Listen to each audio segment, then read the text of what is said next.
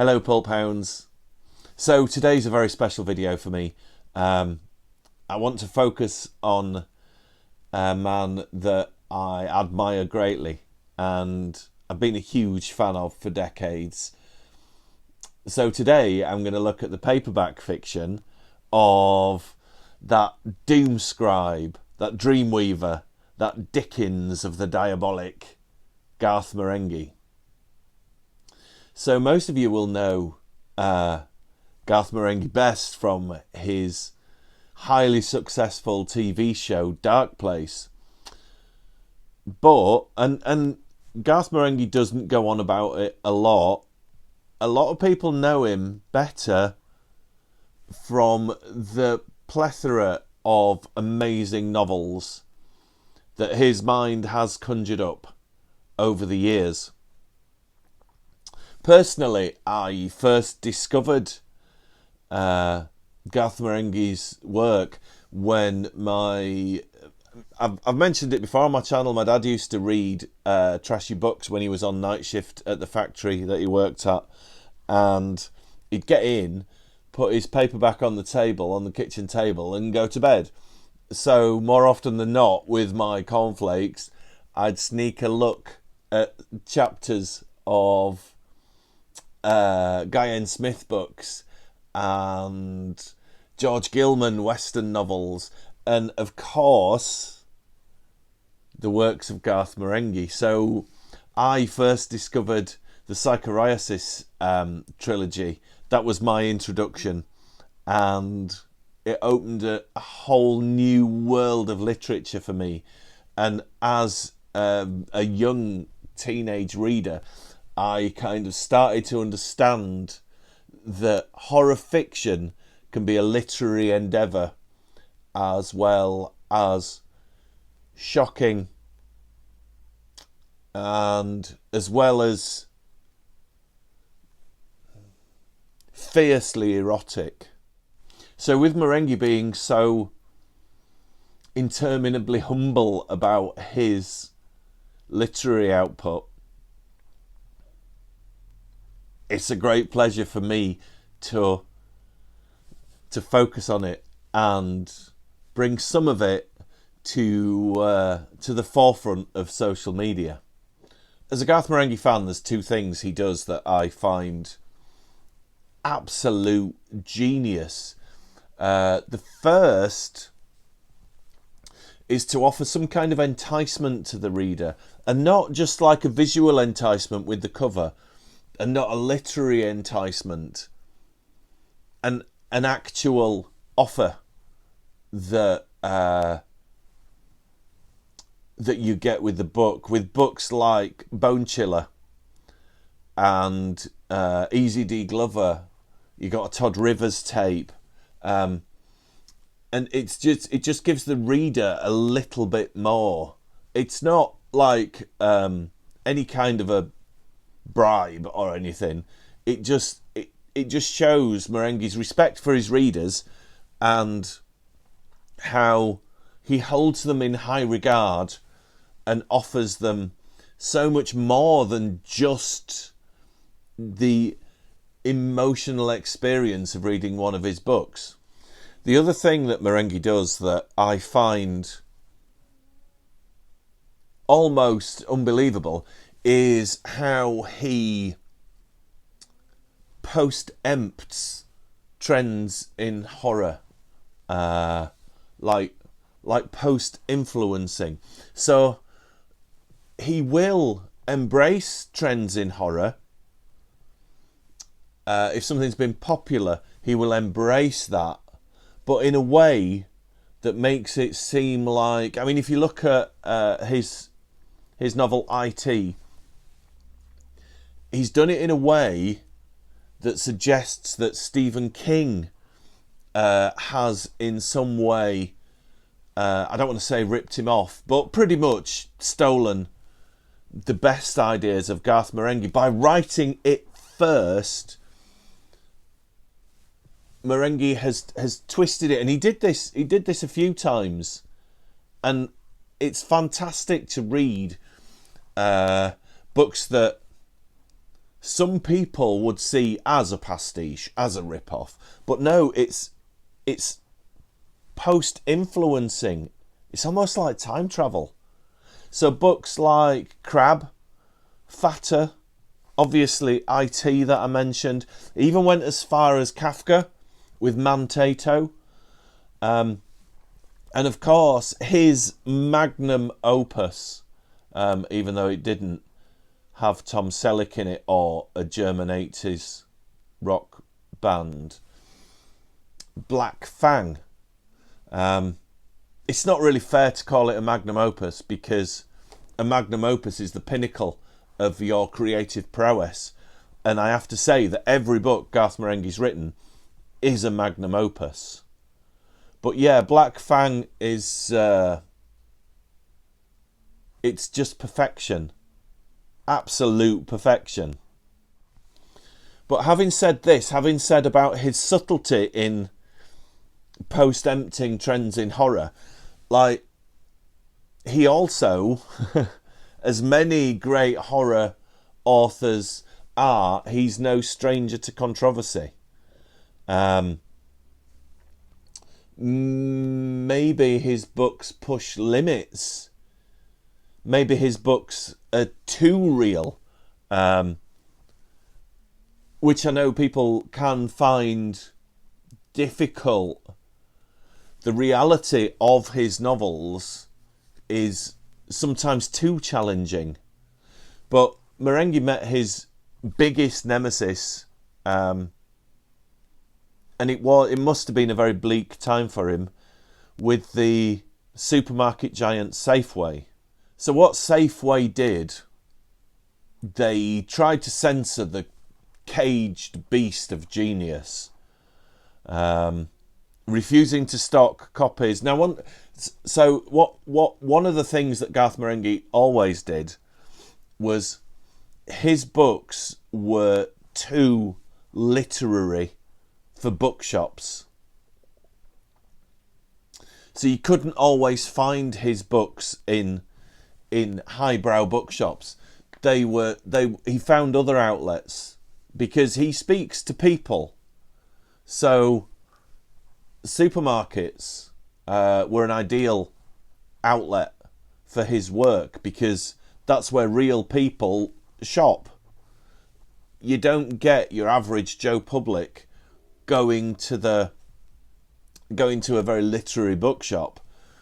So Garth Marenghi wanted his books in supermarkets to confront people, to challenge people that maybe wouldn't go hunting for books, maybe wouldn't even read a book. And Safeway, it kind of blew up a little bit with Safeway. They refused to stock Slasher and Oven Baby without utilising some kind of censorship, which I find personally quite disgusting. And then they went on to refuse to stock Zombaby. So that's Oven Baby 2, the sequel. Refusing to stock The Worming, Shite Night, Shite Mare, Slab the Meat Boy. There was a whole plethora of books that they didn't want. Again, I think they were just too challenging for people buying beans. And so, actually, going back to that, the Hamlin edition of Zombaby, Oven Baby 2, is one of the grails of my Hamlin collection. Regular viewers of my channel and know how much I love the Hamlin Nasties. And Garth Marenghi being published as one of the Hamlin Nasties authors, that's just fantastic. And it did take me a long time to find a copy of that one. But I can't do a video about Garth Marenghi without talking about Dark Place. Now, I'm not going to talk too much about the TV series, because there's so much serious study being carried out of how groundbreaking and important that series was.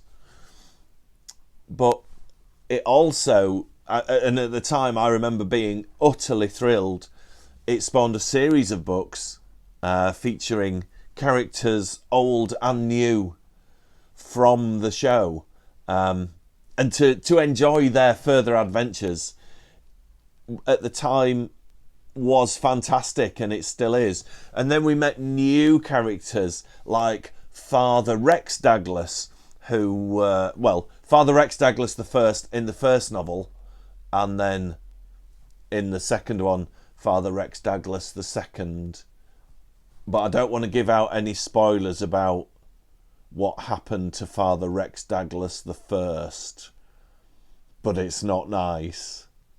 And Dark Place is important because it was a route into the young adult market for Marenghi, with the young Rick Douglas adventures, which were absolutely fantastic, and still, even though they were written for a younger audience, they're still absolutely terrifying and tremendously erotic.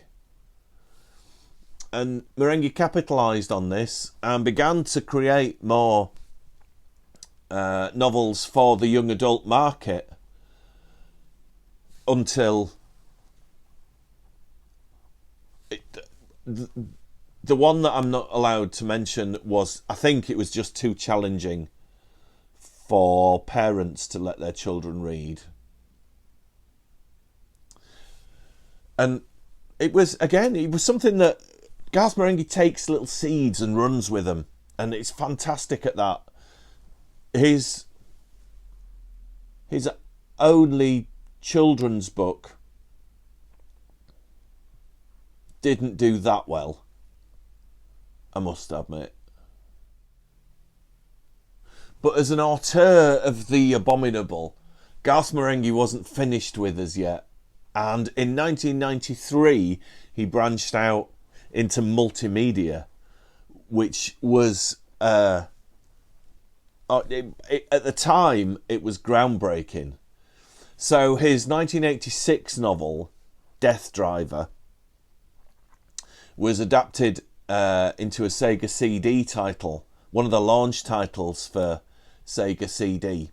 But as that console kind of fell flat, so did the sales of the game, unfortunately. And it's a shame because Garth Marenghi enlisted the help of some of his A-list celebrity friends in the production of it. And I really wish, I haven't got a Sega CD, I've just got a Mega Drive. And I really wish I could have found some footage of Death Driver.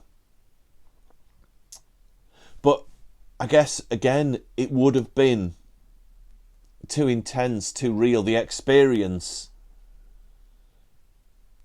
of being in that novel through the use of computer graphics, I honestly don't know. Honestly, I don't know if my fragile mind would have been able to cope with it. I don't think it would. So maybe it's not a bad thing that I couldn't find any footage of gameplay. So with all this output, all this genius that Marenghi has committed to paper, it would be easy to think, yeah, he's probably done, he's probably dry. Like the Beatles, they very quickly ran out of ideas. But thankfully for us, as fans, Garth Marenghi just keeps going from strength to strength. As the release of this year's Terratome shows, the subsequent book tour has to be one of the most important literary events of this century. And to hear Garth Marenghi reading passages from the book,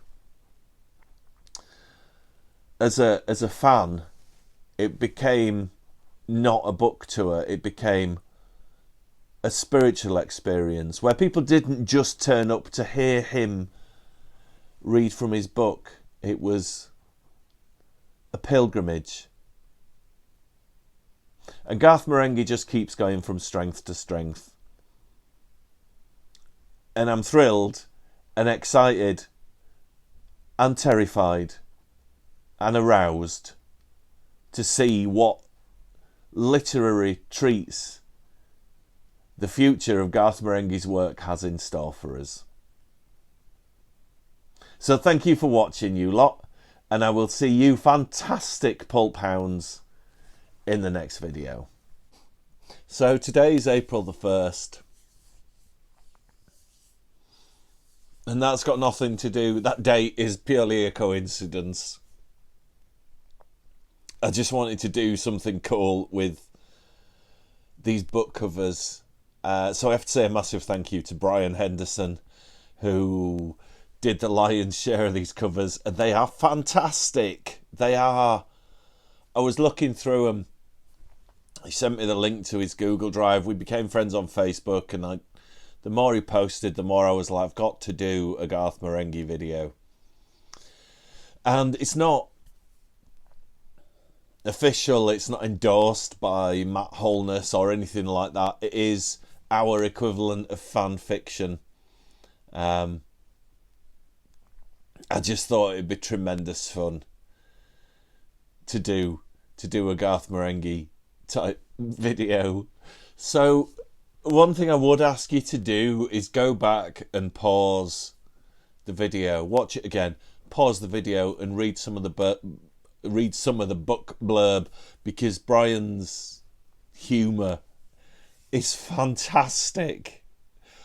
I hardly did any work for this video. I wrote it and did the stuff, but the real stars are these Garth Marenghi book covers that, just flicking through the photos, Brian sent me the link to his Google Drive so I could see like loads of stuff. They just make me laugh so very much, properly out loud.